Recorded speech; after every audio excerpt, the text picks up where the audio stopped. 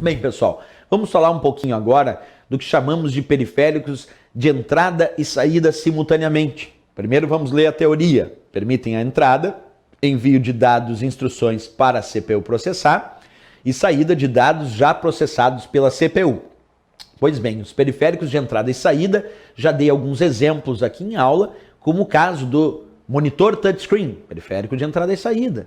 Como o caso, por exemplo, da impressora multifuncional, periférico de entrada e saída. Tudo bem, mas existem outros exemplos de periféricos de entrada e saída que são bem relevantes para o estudo. Vou dar um exemplo bem típico. O disco rígido, o HD, o hard disk, que também pode ser chamado de HDD. Olha quantas siglas para o mesmo dispositivo. Disco rígido, HD, HDD ou ainda hard disk.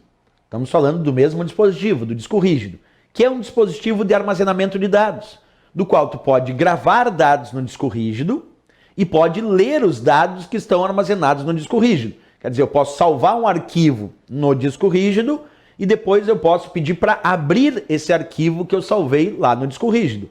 Portanto, o disco rígido é um periférico de fato de entrada e saída.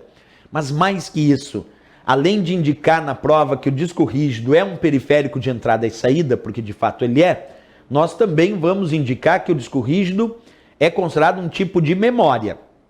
Que tipo de memória é o disco rígido? Bem, ele pode ser considerado memória auxiliar, memória de massa ou ainda memória secundária. Observa, por que eu posso chamar o disco rígido não só de periférico de entrada e saída, mas também de memória? Porque o conceito de memória na informática é todo e qualquer local onde os dados estão armazenados. Se o conceito de memória é todo e qualquer local onde os dados estão armazenados, eu posso tirar a conclusão que um disco rígido é um local onde eu armazeno dados. Portanto, ele é um dispositivo de memória. Agora, ele não é a memória principal do computador. A memória principal é a memória RAM, da qual nós falaríamos mais tarde.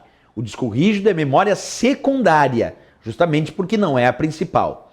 Pode ser chamado também de memória de massa. Por que memória de massa? Porque armazena um grande volume de dados, uma grande quantidade de dados. E também pode ser chamado de memória auxiliar, porque auxilia o armazenamento dos dados do usuário no seu cotidiano, no seu dia a dia.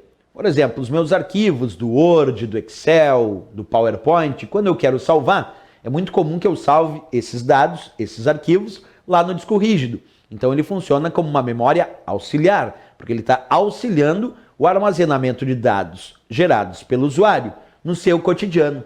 Por isso, memória auxiliar.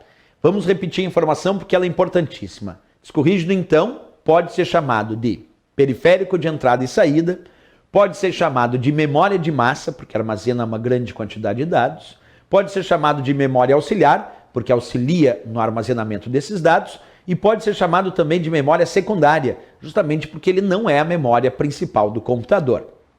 Outra dica sobre o disco rígido relevante é dizer que ele é uma unidade de armazenamento magnético.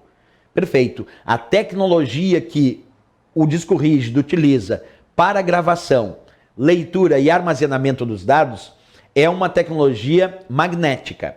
Se tu observar nessa imagem que eu coloquei aqui, nós temos um disco rígido aberto.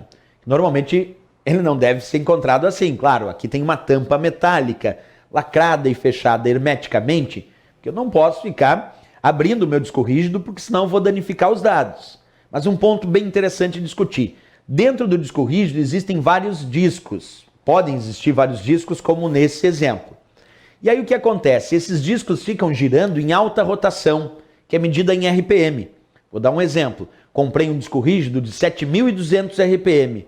Isso quer dizer que nós temos aqui discos de rotação de 7.200 rotações por minuto. RPM, rotações por minuto. Aí tu imagina esses discos girando a 7.200 rotações por minuto.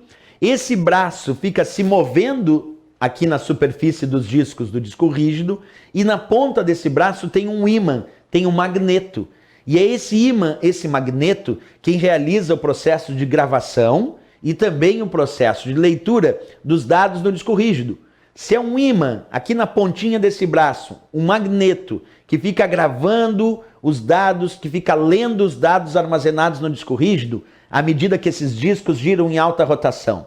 Bem, professor, se é um ímã quem faz essa gravação e essa leitura, eu posso afirmar então que o disco rígido é uma unidade de armazenamento magnético. Quer dizer, ele usa um processo magnético para realizar a gravação e a leitura dos dados na superfície dos discos daquele disco rígido. Isso é importante para a prova.